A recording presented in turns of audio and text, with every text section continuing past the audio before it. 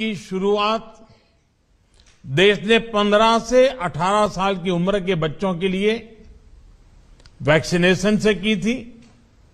वहीं आज साल के पहले महीने के पहले हफ्ते में Bharat 150 crore 1.5 billion vaccine doses का ऐतिहासिक मुकाम भी हासिल कर रहा है। 150 करोड़ वैक्सीन डोज, वो भी एक साल से कम समय में। ये आंकड़ों के हिसाब से बहुत बड़ी संख्या है। दुनिया के ज्यादातर बड़े बड़े देशों के लिए भी ये किसी आश्चर्य से कम नहीं है, लेकिन भारत के लिए ये 130 करोड़ देशवासियों के सामर्थ्य का प्रतीक है। भारत के लिए ये एक नई इच्छा शक्ति का प्रतीक है, जो असंभव को संभव करने के लिए कुछ भी कर गुजरने का हौसला रखती है। भारत के लिए ये प्रतीक है आत्मविश्वास का, ये प्रतीक है आत्मनिर्भरता का, ये प्रतीक है आत्मगौरव का। मैं आज इस अवसर पर सभी देशवासियों को बधाई देता हूं। साथियों, कोरोना के खिलाफ लड़ाई में हमारा ये वैक्सीनेशन प्रोग्राम उतना ही महत्वपूर्ण है जितना खतरनाक ये भेष बदलने वाला कोरोना वायरस है। आज एक बार फिर दुनिया कोरोना के नए ओमिक्रॉन वेरिएंट का सामना कर रही है।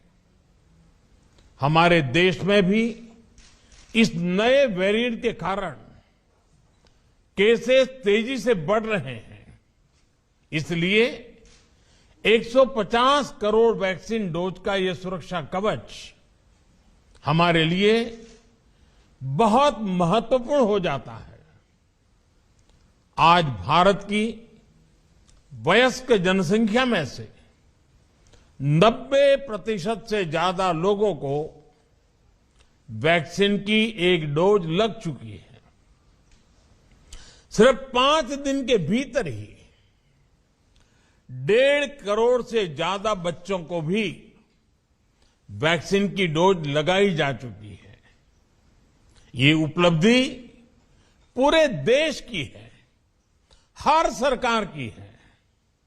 मैं विशेष रूप से इस उपलब्धि के लिए देश के वैज्ञानिकों का, वैक्सीन मैन्युफैक्चरर्स का, हमारे हेल्थ सेक्टर से जुड़े साथियों का बहुत बहुत धन्यवाद करता हूं। सबके प्रयासों से ही देश ने उस संकल्प को शिखर तक पहुंचाया है जिसकी शुरुआत हमने शून्य से की थी। साथियों, 100 साल की सबसे बड़ी महामारी से मुकाबले में सबका प्रयास की भावना ही देश को मजबूती दे रही है। कोविड से लड़ने के लिए बेसिक और क्रिटिकल इंफ्रास्ट्रक्चर के निर्माण से लेकर दुनिया के सबसे बड़े, सबसे तेज मुफ्त टीकाकरण अभियान तक ये ताकत आज हर तरफ दिख रही है। इतनी भौगोलिक, आर्थिक और सामाजिक विविधताओं वाले हमारे देश में टेस्टिंग से लेकर टीकाकरण का इतना बड़ा इंफ्रास्ट्रक्चर जिस तेजी से के साथ हमने विकसित किया है, वो पूरी दुनिया के लिए एक उदाहरण बन रहा है। साथियों, अंधेरा जितना घना होता है, प्रकाश का महत्व उतना ही ज्यादा होता है। चुनौतियां जितनी बड़ी होती हैं, हौसला उतना ही महत्वपूर्ण हो जाता है और लड़ाई जितनी कठिन हो, अस्त्र शस्त्र उतने ही जरूरी हो जाते हैं। सरकार द्वारा अब तक पश्चिम बंगाल को भी कोरोना वैक्सीन की करीब करीब 11 करोड़ डोज मुफ्त मुहैया कराई जा चुकी है। बंगाल को 1,500 से अधिक वेंटिलेटर, 9,000 से ज्यादा नए ऑक्सीजन सिलेंडर भी दिए गए हैं। 49 पीएसए नए ऑक्सीजन प्लांट्स ने भी काम करना शुरू कर दिया है। ये कोरोना से मुकाबले में पश्चिम बंगाल के लोगों की मदद करेंगे। साथियों, चितरंजन नेशनल कैंसर इंस्टीट्यूट के कैंपस में लगी देशबंधु चितरंजन दास जी और महर्षि सुश्रुत की प्रतिमाएं तो हम सभी के लिए बहुत बड़ी प्रेरणा है। देशबंधु जी कहते थे, मैं इस देश में बार बार जन्म लेना चाहता हूं ताकि मैं इस देश के लिए जी सकूं, इसके लिए काम कर सकूं। महर्षि सुश्रुत स्वास्थ्य के क्षेत्र में पुरातन भारतीय ज्ञान के प्रतिबिंब रहे। ऐसी प्रेरणाओं से बीते वर्षों में देशवासियों के स्वास्थ्य से जुड़े संपूर्ण समाधानों के लिए होलिस्टिक तरीके से काम हुआ है। सबका प्रयास की भावना से आज देश के हेल्थ इंफ्रा को, हेल्थ प्लानिंग को इंटीग्रेटेड करने का, राष्ट्रीय संकल्पों से जोड़ने का काम तेजी से हो रहा है। हम हेल्थ सेक्टर में आज जो चुनौतियां हैं, उनसे निपटने के साथ साथ भविष्य को सुरक्षित बनाने के लिए भी निरंतर काम में जुटे हैं। वो वजह हैं जो बीमारियों का कारण बनती हैं, उन्हें दूर करने का प्रयास हो रहा है। बीमार होने की स्थिति में इलाज सस्ता और सुलभ हो, इस पर हमारी सरकार का ध्यान है। और उसके साथ ही डॉक्टर और मेडिकल इंफ्रा की कैपेसिटी का विस्तार करके स्वास्थ्य सेवाओं को बेहतर बनाया जा रहा है। साथियों, इसलिए अपने हेल्थ सेक्टर को ट्रांसफॉर्म करने के लिए देश आज preventive health, affordable health care, supply side intervention और मिशन मोड अभियानों को गति दे रहा है। प्रिवेंटिव हेल्थ केयर को yoga, Ayurveda, fit India movement, universal immunisation जैसे माध्यमों से प्रोत्साहित किया जा रहा है। स्वच्छ भारत मिशन और हर घर जल जैसी राष्ट्रीय योजनाओं से गांव और गरीब परिवारों को अनेक बीमारियों से बचाने में मदद मिल रही है। आर्सेनिक और दूसरे चरणों से जो पानी प्रदूषित होता है, देश के अनेक राज्यों में कैंसर का भी एक बड़ा कारण है। हर घर जल अभियान के इसके द्वारा इस समस्या के समाधान में बहुत मदद मिल रही है। साथियों, लंबे समय तक हमारे यहां गरीब और निम्न मध्यम वर्ग स्वास्थ्य सुविधाओं से इसलिए वंचित रहे क्योंकि या तो इलाज सुलभ ही नहीं था या बहुत महंगा था। गरीब अगर गंभीर बीमारी से ग्रसित होता था तो उसके पास दो ही विकल्प थे, या तो वो कर्ज ले, अपना घर या जमीन बेचे, या फिर इलाज का विचार ही टाल दे। कैंसर की बीमारी तो ऐसी है जिसका नाम सुनते ही गरीब और मध्यम वर्ग हिम्मत हारने लगता है। गरीब को इसी कुचक्र, इसी चिंता से बाहर निकालने के लिए देश सस्ते और सुलभ के लिए निरंतर कदम उठा रहा है। बीते सालों में कैंसर के इलाज के लिए जरूरी दवाओं की कीमत में काफी कमी की गई है। अभी मनसुख भाई इसका विस्तार से बता भी रहे थे। पश्चिम बंगाल सहित पूरे देश में जो 8,000 से ज्यादा जन औषधि केंद्र स्थापित किए गए हैं, उनमें बहुत सस्ते दाम पर दवाइयां और सर्जिकल सामान दिए जा रहे हैं। इन स्टोर्स पर कैंसर की भी 50 से अधिक दवाइयां बहुत कम कीमत पर उपलब्ध है। कैंसर की सस्ती दवाओं को उपलब्ध कराने के लिए विशेष अमृत स्टोर भी देश भर में चल रहे हैं।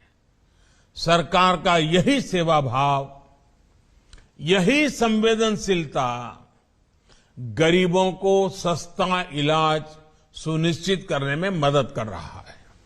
सरकार ने 500 से ज्यादा दवाइयों की जो कीमत नियंत्रित की है, वो भी मरीजों के हर साल 3,000 करोड़ रुपए से भी ज्यादा रकम बचा रही है। नागरिकों के पैसे बच रहे हैं।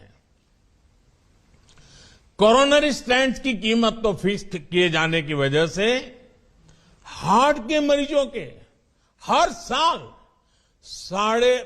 4,500 करोड़ रुपए से ज्यादा बच रहे हैं।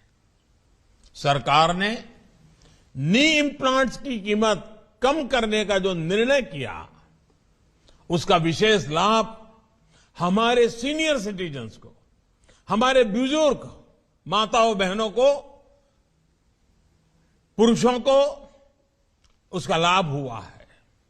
इस वजह से बुजुर्ग मरीजों से 1,500 करोड़ रुपया हर वर्ष बच रहे हैं।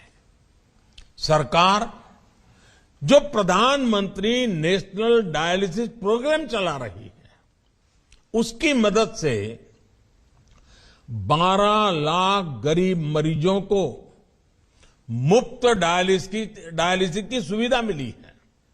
इससे भी उनके 520 करोड़ रुपए से भी ज्यादा रकम उनकी बचत हुई है।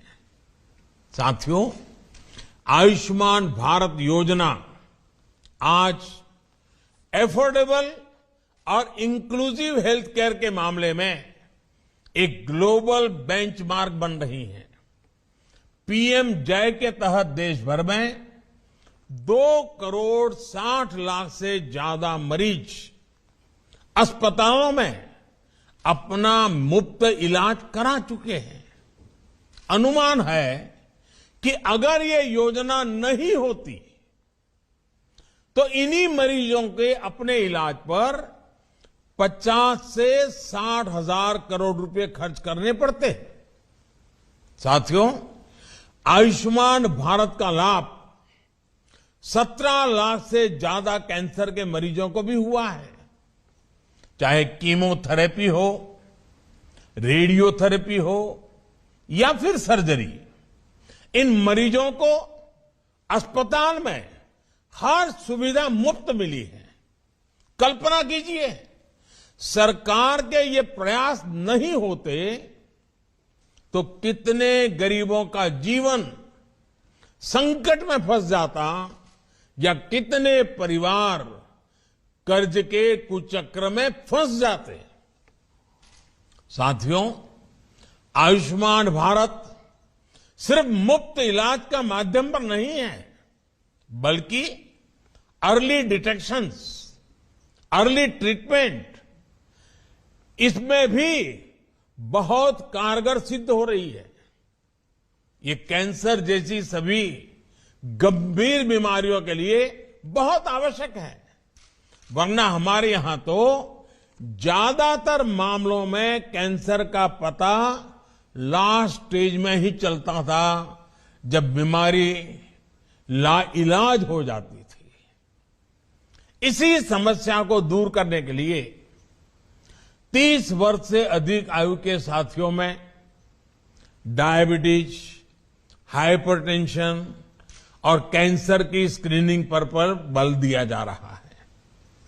आयुष्मान भारत योजना के तहत गांव-गांव में बन रहे हजारों हेल्थ एंड वेलनेस सेंटर इसमें आज बहुत उपयोगी सिद्ध हो रहे हैं।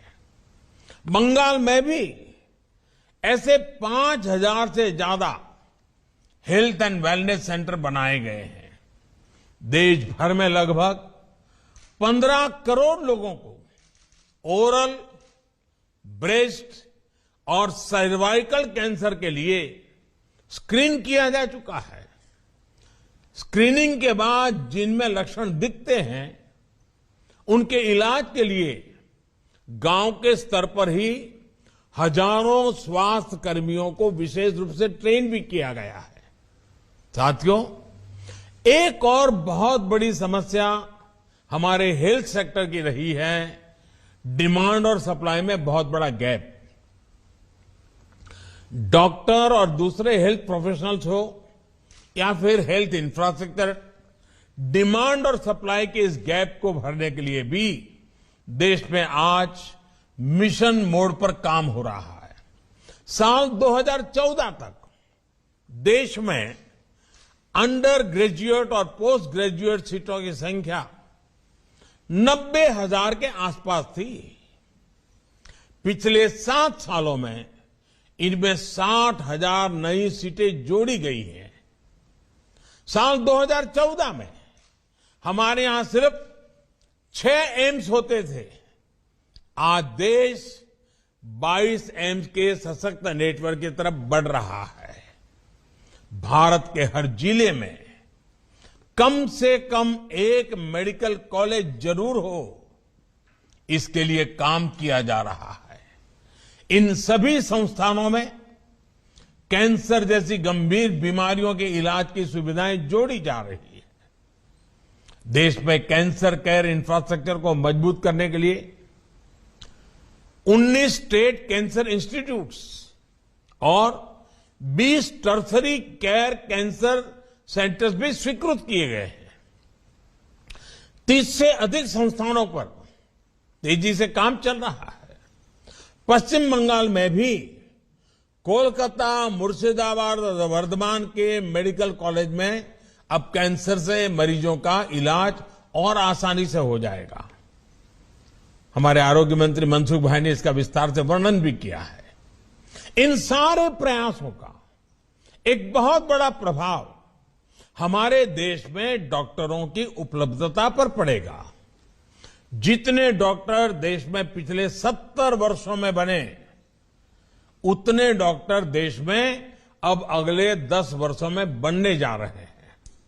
साथियों, पिछले वर्ष देश में जो 2 बड़े राष्ट्रीय अभियान शुरू किए गए हैं, वो भी भारत के हेल्थ सेक्टर को आधुनिक स्वरूप देने में बहुत मदद करेंगे। Ayushman Bharat digital health mission इलाज में देशवासियों की सहूलियत बढ़ाएगा। मेडिकल हिस्ट्री के डिजिटल रिकॉर्ड से इलाज आसान और प्रभावी हो जाएगा। छोटी छोटी बीमारियों के लिए अस्पताल के चक्कर का झंझट कम होगा और इलाज पर होने वाली अतिरिक्त खर्च से भी नागरिकों को मुक्ति मिल पाएगी। इसी तरह आयुष्मान भारत इंफ्रास्ट्रक्चर मिशन से क्रिटिकल हेल्थ केयर से जुड़ा मेडिकल इंफ्रास्ट्रक्चर बड़े शहरों के साथ साथ अब जिला और ब्लॉक स्तर पर भी सुलभ होगा। इस योजना के तहत पश्चिम बंगाल को भी 5 वर्ष में 2,500 करोड़ रुपए से अधिक की मदद मिलनी सुनिश्चित हुई है। इससे पूरे राज्य में सैकड़ों हेल्थ सब सेंटर्स बनेंगे। लगभग 1000 शहरी health and wellness centre operational होंगे। दर्जनों district integrated public health lab बनेगी और जिला अस्पतालों में सैकड़ों क्रिटिकल केयर बेड्स की नई कैपेसिटी तैयार होगी। ऐसे प्रयासों से हम भविष्य में कोरोना जैसी महामारी से और बेहतर तरीके से निपट पाएंगे। भारत को स्वस्थ और समर्थ बनाने का ये अभियान ऐसे ही जारी रहेगा। मेरा सभी नागरिकों से फिर आग्रह है कि सतर्क रहें, सभी जरूरी सावधानियां बरतें। मैं फिर एक बार इस कार्यक्रम में उपस्थित हर किसी का हृदय से बहुत बहुत धन्यवाद करता हूं। आप सबको अनेक अनेक शुभकामनाएं देता हूं। बहुत बहुत धन्यवाद।